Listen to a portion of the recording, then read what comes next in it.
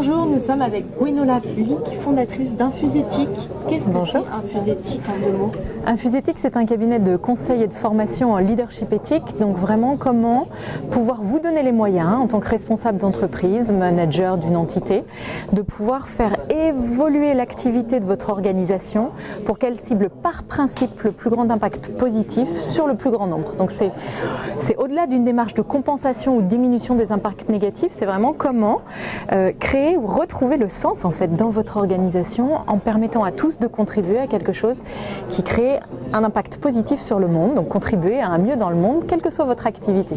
Et justement, qu'est-ce que vous proposez pour atteindre ces objectifs? Alors, tout un accompagnement, il y a bien entendu toute une démarche et toute une ingénierie qui existe. Du coup, ce dont je vais vous parler là, c'est plutôt les points de différence. En fait, un des éléments les plus essentiels quand on se lance dans des changements comme cela, qui sont vraiment importants parce que c'est ceux qui donnent l'envie, l'élan, l'énergie, la motivation aux équipes pour vraiment avancer et contribuer, c'est de prendre conscience à quel point notre savoir-être, notre manière d'être impacte tout ce que nous faisons. Si j'ai très envie de faire quelque chose et je suis motivée, je vais en parler avec ouverture. Si j'ai peur, je le vois comme une charge en plus, la façon dont je vais aborder les choses, forcément, on ne va pas créer la même chose en face.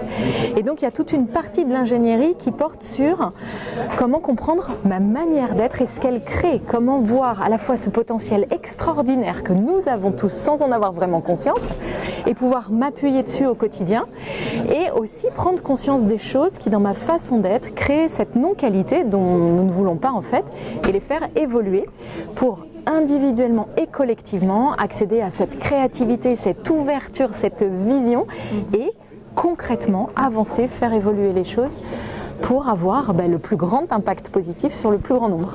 Donc on a bien compris, la clé de la réussite, c'est la motivation et vous intervenez donc auprès des entreprises, auprès des particuliers auprès des entreprises, des services publics, c'est auprès des organisations pour vraiment permettre à chacun de prendre conscience que nous avons tous cette capacité-là, qu'au fond c'est ce dont nous avons envie et puis arriver avec aussi toute une ingénierie qui permet de passer de cette prise de conscience à concrètement comment je fais et comment je fais évoluer les choses et comment je mesure les avancées, comment dans une démarche au quotidien, aller toujours plus loin.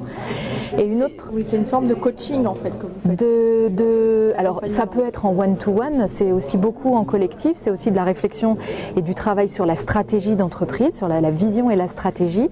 Et c'est aussi de la formation, parce qu'en fait c'est essentiel pour que les entreprises, les organisations que nous accompagnons ne dépendent pas de nous. En fait, nous les formons systématiquement pour qu'elles puissent ensuite continuer dans cette démarche et au quotidien appliquer ce qui va leur permettre d'aller plus vite, plus loin, avec plus de sens et de joie. Et donc, Et j'imagine que les approches sont différentes selon qu'il s'agit d'un particulier, d'une entreprise, d'un service public. La démarche pour s'y prendre n'est pas la même. Le principe est le même en fait pour une entreprise ou pour un service public parce que c'est une organisation qui a envie alors ça ne va pas être les mêmes enjeux quand on intervient dans un hôpital ou dans une entreprise de cosmétiques, c'est pas la même chose bien entendu. Maintenant c'est les mêmes principes. Après pour un particulier, ceux qui viennent nous voir, c'est souvent pour une conscience et une envie une conscience personnelle des enjeux, des choses que les personnes font à titre personnel. Et puis la conscience aussi que dans leur activité au quotidien, c'est pas dans la même direction qu'ils vont. Et ils ont envie d'accompagnement, soit pour se dire, moi j'ai envie de faire bouger les choses là où je suis, donc comment je fais pour aborder ces sujets, créer des choses dans mon organisation, en parler à ma direction pour qu'elle ait aussi envie de bouger, ou des personnes qui viennent nous voir parce qu'elles ont envie de trouver leur propre projet et de créer leur propre projet et qui demandent un accompagnement pour ça. Les principes sont les mêmes pour tout le monde. Merci beaucoup Gwenola Blick. Avec plaisir. Bonne journée.